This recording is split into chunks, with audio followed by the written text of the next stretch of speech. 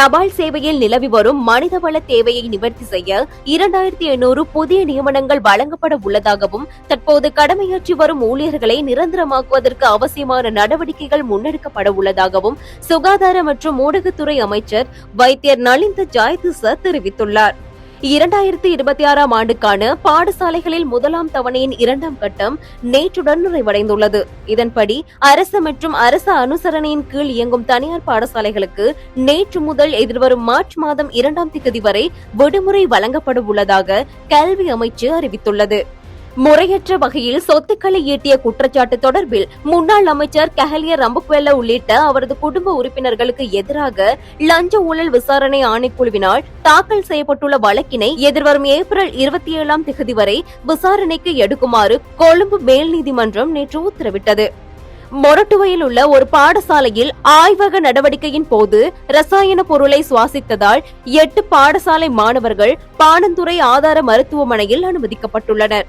Hatton police பிரிவிற்குட்பட்ட வீடு ஒன்றில் சுமார் 9 லட்சம் ரூபாவுக்கும் அதிக பெறுமதியான தங்க நகைகளை கொள்ளையிட்டு சென்ற சந்தேக நபர் ஒருவர் ஹட்டன் போலீசாரால் கைது செய்யப்பட்டுள்ளார்.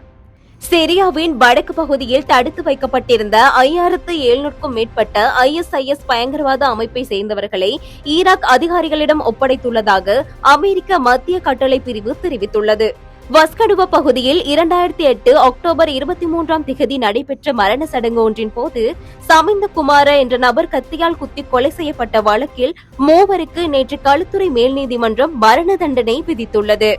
ஜனாதிபதி செயலகம் முன் சத்தியாகிரகத்தில் ஈடுபட்டிருந்த கரைவலை மீனவர்கள் நேற்று ஜனாதிபதி அனுரகுமார திசாநாயக்கவுடன் நடத்திய கலந்துரையாடலுக்கு பின்னர் போராட்டத்தை நிறைவு செய்துள்ளனர்.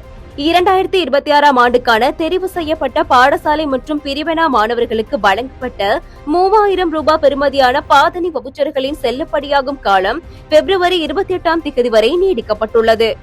இறக்குமதி செய்யப்படும் புதிய வாகனங்களுக்கு எதிர்வரும் ஏப்ரல் மாதம் 1ஆம் தேதி முதல் சுங்க திணைக்களத்தால் 2.5% புதிய வரி அறவிடப்படும் என்றும் அதற்கமைய வாகனங்களின் விலை அதிகரிக்கக்கூடும் எனவும் இலங்கை வாகன இறக்குமதியாளர் சங்கத்தின் செயலாளர் தெரிவித்துள்ளார். உறுதிப்படுத்தப்பட்ட உண்மை செய்திகளை உடனுக்குடன் தெரிந்து கொள்ள ஆயுள் மீடியாவை ஃபாலோ செய்யுங்கள்.